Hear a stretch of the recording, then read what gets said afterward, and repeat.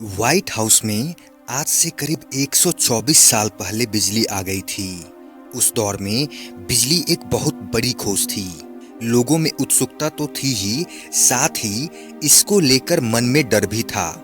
यह डर उस समय के अमेरिकी राष्ट्रपति तक को था। व्हाइट हाउस में बिजली आई और बेंजामिन हैरिसन बिजली की रोशनी में रहने वाले पहले अमेरिकी राष्ट्रपति बने। हालांकि तब बिजली बिल्कुल नई चीज हुआ करती थी। सो राष्ट्रपति बेंजामिन हैरिसन और उनकी पत्नी बिजली से डरते थे। हैरिसन दंपत्ति का डर इस कदर था कि वे स्विच को ऑन तथा ऑफ तक नहीं करते थे। उन्हें डर था कि ऐसा करने से जोर का झटका लगेगा। इस वीडियो को अंत तक जरूर देखना। इसमें आपको ऐसे ही मजेदार घटनाओं तथा रहस्यमय फैक्ट्स के बारे में जानने को मिलेगा। नंबर 2, एडरमेटोग्लिफिया एक ऐसी दुर्लभ बीमारी होती है जिसमें किसी व्यक्ति के फिंगरप्रिंट्स ही नहीं होते।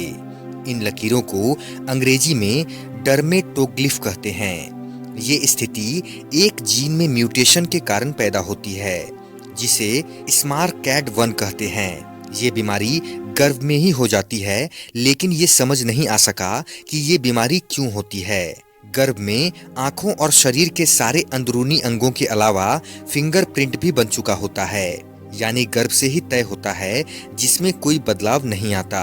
नंबर 3, 1500 और 1300 ईसा पूर्व में महिलाओं को प्रेगनेंसी टेस्ट के लिए जौ और गेहूं के बैग्स पर यूरिन करने के लिए कहा जाता था। इसके बाद उन्हें इससे होने वाले रिएक्शन का इंतजार करना होता था। इस टेस्ट के मुताबिक अगर इनमें से कोई बीज उगता था तो इसका मतलब होता था कि महिला प्रेग्नेंट है। अगर दोनों में से एक भी नहीं उगता तो प्रेगनेंसी टेस्ट को नेगेटिव माना जाता था।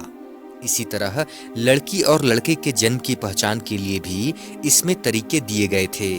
अगर सिर्फ जौ उगता तो ये लड़के के जन्म का इशारा होता, और अगर गेहूं उगता तो लड़की का जन्म होना माना जाता था।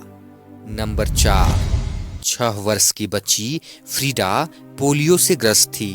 उसकी उम्र के सभी साथी उसे अकेला छोड़ देते थे। वह खेलने के लिए जब भी अपना पैर बढ़ाती तो नीचे गिर जाती। उसने अपना ध्यान पढ़ाई पर केंद्रित किया। पढ़ने में उसे कोई दिक्कत नहीं होती थी। उसके टैलेंट की सभी तारीफ करने लगे। उसने सोचा कि वह बड़ी होकर डॉक्टर बनेगी। लेकिन एक दिन जब वह स्कूल से घर आ रही थी तो भीषण सड़क दुर्घटना का शिकार हो गई। उसकी पसलियां, दोनों पैर और कॉलर बोन टूट चुके थे। कई महीनों तक असाध्य पीड़ा झेलकर वह किसी तरह सांसें ले पा रही थी, लेकिन वह अपना जीवन यूं ही बर्बाद नहीं करना चाहती थी।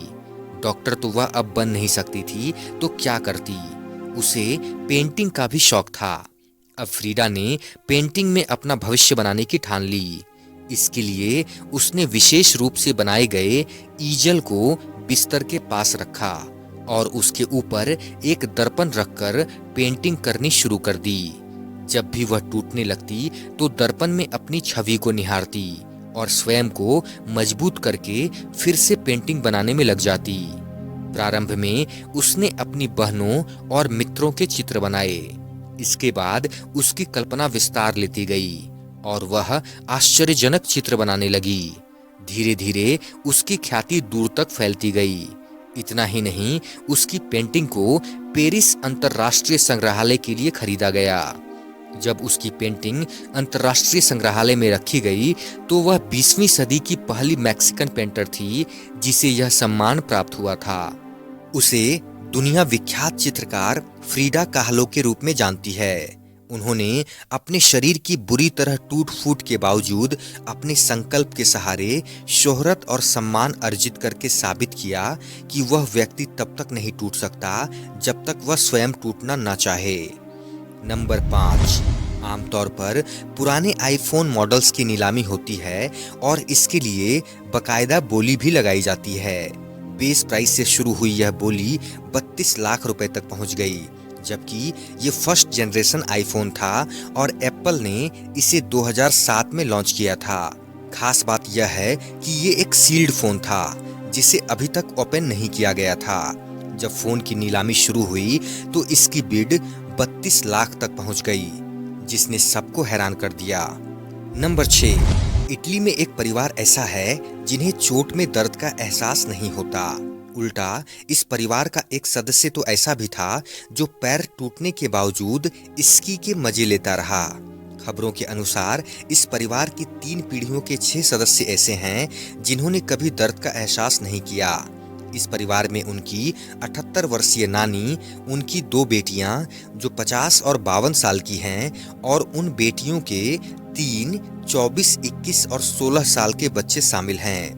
वैज्ञानिकों को उनकी इस अद्भुत क्षमता के चलते उम्मीद है कि इस परिवार की मदद से दर्द निवारक दवाई बनाई जा सकती है। नंबर 7, अमेरिका के मिशिगन में एक ऐसी जगह है जिसे सेंट इग्नास मिस्ट्री स्पॉट कहते हैं। इस जगह की खोज साल 1950 में हुई थी। जब कुछ लोगों की एक टीम इस जगह की जांच के लिए पहुंची तो उनके सारे उपकरण यहां आकर बंद पड़ गए। कई दिनों के बाद पता चला कि यहाँ 300 वर्ग फीट के इलाके में गुरुत्वाकर्षण बल काम नहीं करता। इस जगह पर खड़े होकर आपको ऐसा लगेगा जैसे आप किसी अंतरिक्ष यान में हों। नंबर 8, एफिल टावर को 1887 में बनाना शुरू किया गया था और यह 1889 में बनकर तैयार हुआ। पहले पेरिस के बजाय स्पेन के बार्सिलोना में एफिल टावर का निर्माण किया जाने वाला था, पर इस प्रस्ताव को अस्वीकार कर दिया गया। नंबर 9, 21 अगस्त 1911 को मोनालिसा पेंटिंग को पेरिस के लूव्र संग्रहालय से चोरी कर लिया गया। इतने बड़े म्यूजियम से पेंटिंग का चोरी हो जाना बहुत ही बड़ी बात थी। इसके चोरी होने के बाद पहला शक दुनिया के मशहूर पेंटर पाब्लो पिकासो पर लगा था। उनसे काफी पूछताछ के बाद यह आरोप उन पर से हटा दिया गया। इसकी चोरी के बाद 1 हफ्ते तक म्यूजियम को बंद कर दिया गया था कि पेंटिंग शायद म्यूजियम में ही अंदर कहीं होगी। काफी खोज के बाद पता लगा कि उसे म्यूजियम में ही काम करने वाले विंसेंजो पेरुगिया ने चुराया था। दरअसल विंसेंजो संग्रहालय में मोनालिसा की पेंटिंग के लिए एक कांच का फ्रेम बना रहा था।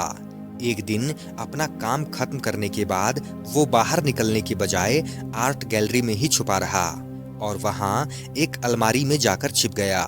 सारी रात वहीं रहने के बाद सुबह होते ही वह आर्ट गैलरी से निकल गया।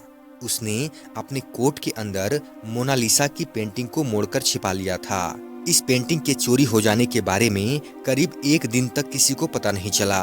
चोरी के दूसरे दिन जब एक पेंटर मोनालिसा की पेंटिंग का स्केच बनाने वहां आया, तब लोगों को इस चोरी के बारे में पता चला। चोरी होने से पहले मोनालिसा की पेंटिंग पर मुश्किल से कोई गार्ड होता था। इतना ही नहीं, पेंटिंग दीवार से चिपकाई भी नहीं गई थी, जिससे कोई भी उसे आसानी से निकाल सकता था। लेकिन एक चोर ने मोनालिसा को खबरों में ला दिया। उस समय प्रकाशित होने वाले सभी अखबारों के फ्रंट पेज पर मोनालिसा की तस्वीर छापी गई। मोनालिसा की पेंटिंग इतनी मशहूर हो गई कि आर्ट गैलरी में खाली जगह देखने के लिए बड़ी संख्या में लोग वहां आने लगे। चोरी होने के 2 साल तक इस पेंटिंग को ढूंढा नहीं जा सका था। कई कोशिशों के बावजूद पुलिस चोर तक नहीं पहुंच पाई और लोगों ने यह मान लिया था कि अब इसके मिलने की कोई संभावना नहीं है। इसी बीच फ्लोरेंस के एक आर्ट डीलर के पास एक दिन एक लेटर आया जिसमें मोनालिसा को खरीदने के बारे में लिखा था। डीलर ने मोनालिसा की पेंटिंग को खरीदने से पहले पेंटिंग को परखने की बात कही। जब इसकी जांच की गई तो इसके असली होने का पता चला, जिसके बाद इसे चोरी करने के जुर्म में विंसेंजो पेरुगिया को गिरफ्तार कर लिया गया। इस चोरी पर उसका कहना था कि उसे इस तस्वीर से प्यार हो गया था, साथ ही वह उसे उसकी असली जगह इटली पहुंचाना चाहता था। उस समय 32 साल के रहे विंसेंजो को चोरी के लिए 7 महीने की जेल हुई। इस घटना के बाद इटली में विंसेंजो पेरुगिया वहां के लोगों के लिए एक देशभक्त होने का उदाहरण बन गया। पेंटिंग को फिर से लूव्र संग्रहालय ले आया गया और तब से यह वहीं है। इसे देखने के लिए लाखों लोग हर साल दुनिया के हर कोने से आते हैं। नंबर 10, एक रिपोर्ट के मुताबिक जोनेन्सबर्ग के रहने वाला एक व्यक्ति जो अपनी गर्लफ्रेंड के साथ लंबे वक्त से लिव इन में रह रहे थे, उनके बीच कुछ अनबन हुई और गर्लफ्रेंड उनको हमेशा के लिए छोड़कर चली गई। इसके बाद उनका मूड काफी ज्यादा खराब था। उनको कुछ समझ में नहीं आ रहा था कि वो क्या करें। इसलिए उन्होंने तुरंत उठकर अपनी लॉटरी की जांच करनी शुरू कर दी। तभी अचानक उन्हें पता चला कि उन्होंने करीब 30 करोड़ रुपए की लॉटरी जीती है। दोस्तों, अगर आज की वीडियो आपको अच्छी लगी हो तो लाइक करें, कमेंट करें, शेयर करें और चैनल को सब्सक्राइब करके बेल आइकन को प्रेस करके ऑल का ऑप्शन जरूर सेलेक्ट कर दें, जिससे आगे आने वाली वीडियोस आपको समय पर मिल सके।